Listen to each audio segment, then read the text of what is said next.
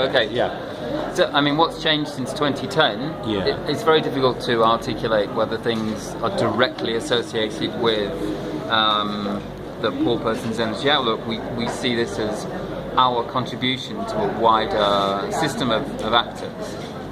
I guess one of the most exciting things that's happened since 2010 is that access to energy has been included as an individual target within the Sustainable Development Goals. And the recognition of the importance of energy, not just for energy in itself, but energy for a whole range of essential services, whether that be for access to education, health services, energy for livelihoods, as well as energy for people in their homes. And I think that probably is one of the most exciting and significant developments over the last years.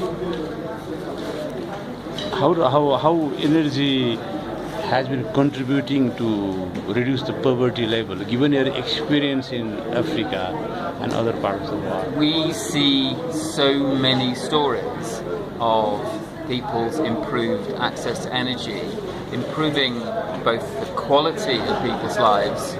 So access to a clean cooking stove has a massive impact on reducing the incidence of respiratory diseases, which we know cause more deaths than AIDS, TB and malaria all put together. So clean cooking is probably one of the most critical energy issues that I think we have to embrace. But access to energy, we also see, allows people to be able to process foods or store them so that they can improve their health, improve their nutrition. And energy in a school means that kids can do their homework in the evenings, they can have access to ICT, and through that engage with the wider world. So many ways energy access improves people's lives.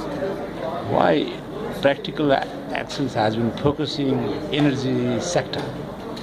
Practical Action is a technology organisation, and I think energy is one of the sectors that we focus on. We also work on disaster risk reduction and improving early warning systems so people are able to prepare for and respond if a crisis happens.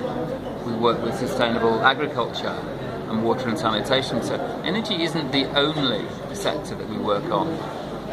But over the recent years, increasing interest and new technological advances have given us the opportunity to move from something around energy being important, but being something that more and more people are now interested in. So I guess that's why it's getting more profile, perhaps, than it has done in the past. Given your experience of addressing the program, listening to things, how do you see the impressions about Nepal's scenario in energy sector as you are listening to this thing? So we've been working in Nepal for decades now, and I feel very proud of being part of an organisation that introduced the microhydro sector into Nepal. And it was interesting to hear the director of the AEPC speaking earlier about hundreds and thousands of micro and pico hydro systems that are now being installed, not by Practical Action,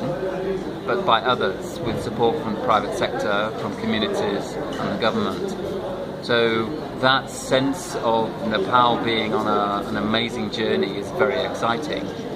Our work today, introducing new models and new ideas for financing mechanisms, I think takes us on the next step of what I think has been an amazing journey. What is the focus of this year's PPOP reports? So our focus this year is on energy financing, looking at the ways in which a range of financing mechanisms could be brought to bear on this challenge of sustainable access to energy for all. Our key message is that the existing mechanisms don't work. Too much of the money that comes into the World Bank, for example, is focused on large-scale infrastructure and doesn't really meet the needs of decentralised, small-scale energy systems, which everybody recognises is a critical and currently under-resourced part of the energy environment that we see in the future.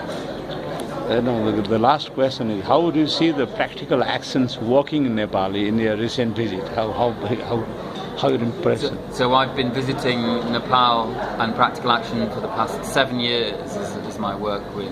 And I've seen our work grow and strengthen. I think critically we're looking to identify and find those places where we've got something unique, something new to bring.